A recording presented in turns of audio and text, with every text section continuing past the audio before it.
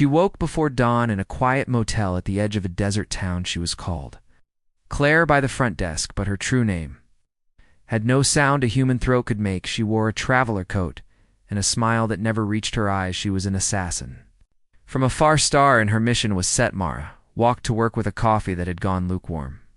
She was a repair tech for sky dishes and weather rigs, and she liked the peace of the early shift. She did not know she was being watched from a shadow behind a sun-faded billboard. She did not know the shape in the coat studied the slope of her shoulders in the slow, brave way she crossed the empty road. Claire kept a list in her mind of all the ways a life ends. Heat blades, silent dart, a nudge to a cable at the wrong hour. She had used all of them before and never felt a tremor in her hands.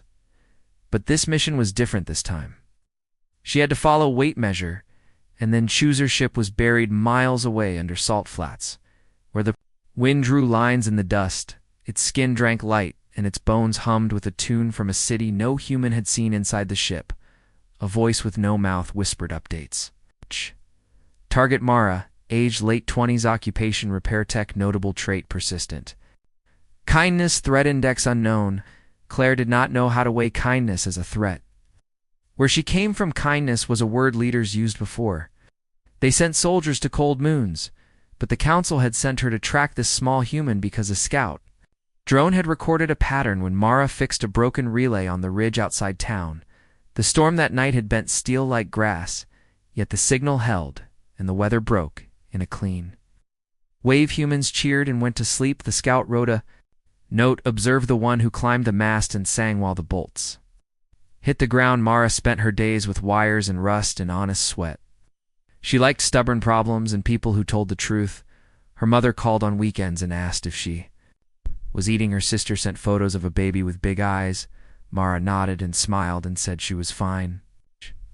She was almost fine. Sometimes at night she felt a pull in her chest, a need to walk beyond the last house and listen to the dark. It sounded like a current under rock, like a secret that wanted to be shared, but had not found the right ear. Claire moved like wind through town. No one noticed the way she measured door frames and street lamps and the distance between hearts in a crowd. She tasted the air and felt the hum of the grid.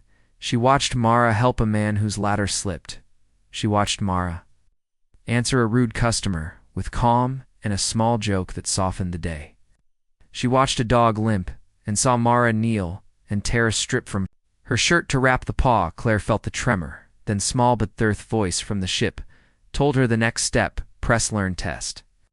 The limit it gave her options as if they were flavors.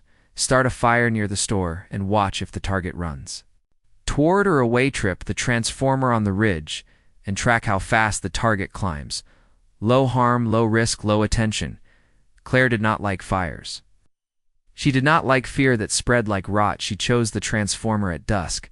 The town smelled like sunbaked sage and old copper. Mara had just finished a service call when the grid hiccuped and the ridge lights died. She sighed and slung her pack and drove the old service truck to the dirt road that wound up the hill. She felt the pull again, stronger than before. Claire waited by the mast with her coat off and her hair caught in a band. The wind carried sand that stung like thought. Mara saw the dark figure and lifted a hand in greeting.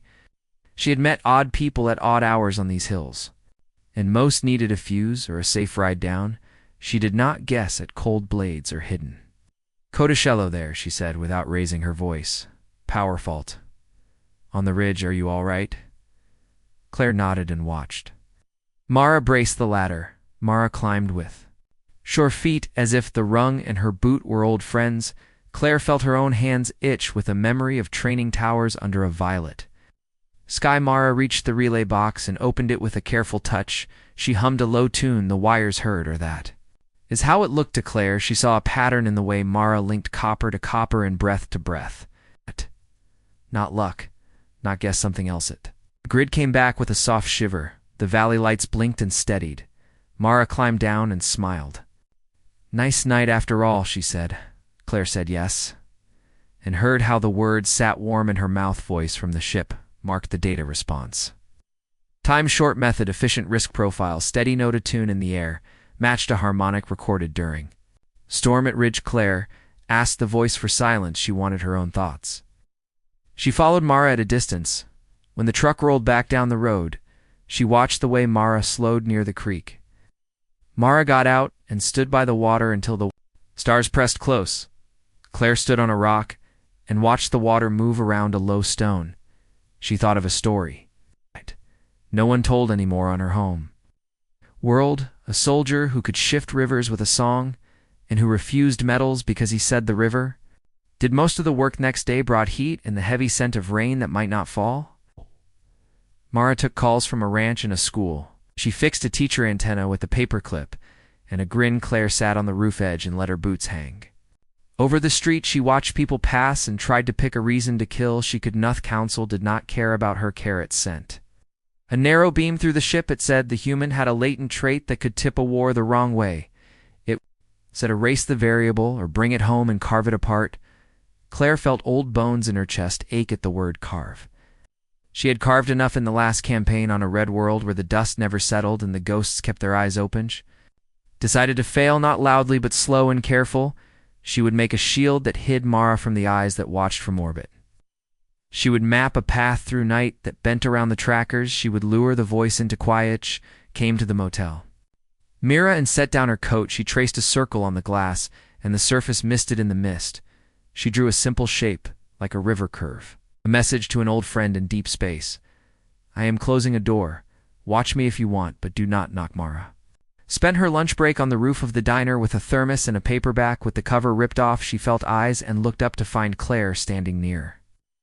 The latter with a half smile. Mara waved her over and split her sandwich. They ate. In easy quiet, Mara asked what brought Claire to town. Claire said, travel and a need to see how people sing when they work. Mara laughed and said, she hardly sang at all. Claire said she heard a tune when Mara fixed the mast and had set the valley. Right. Mara blushed and said it was only habit from a grandmother who sang in the kitchen when things broke. Claire liked the way Mara said grandmother. Sounded like a shelter that night, a storm built on the horizon. Like a wall, the ship woke and spoke without her asking. Hostile asset entering system hunt. Squad on fast burn orders, confirm. And Claire looked at the line of cloud and the small town lights and the single window of Mara apartment where a lamp drew a calm circle. She said, one word to the ship, no. She cut the link and felt the ship shiver under the salt flats. While it tried to heal the cut, she did not wait.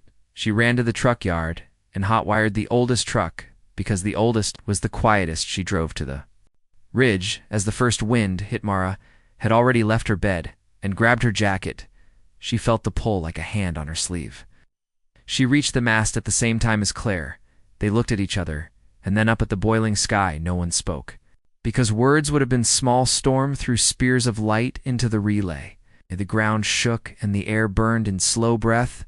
Mara climbed and Claire climbed after her. They moved as if they had practiced for years. Mara opened the box and the wires inside looked like a nest of snakes in a dream. She sang the kitchen tune softer than rain. Claire reached with a tool from her coat and bent the electric flow a hair to the left, where it would slide past the trap the hunt squad had laced.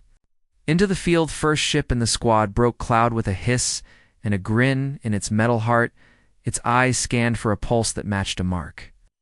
Claire took off her band and let her hair whip and draw the scan toward her away from Mara. She raised her left hand and traced a curve in the storm the way she had on the mirror.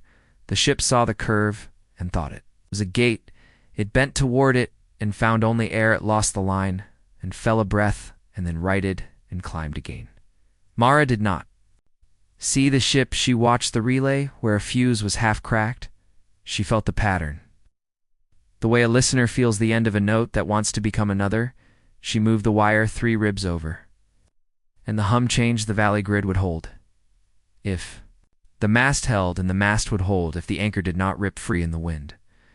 She slid down and jammed her shoulder into the base and pushed as if she could root metal into bedrock. By will alone, Claire came down and leaned her back against the mast beside Mara. They pressed together with the grit of the storm in their teeth. They stayed like that for a long minute that felt larger than a year. Above them, the second and third ships searched the valley.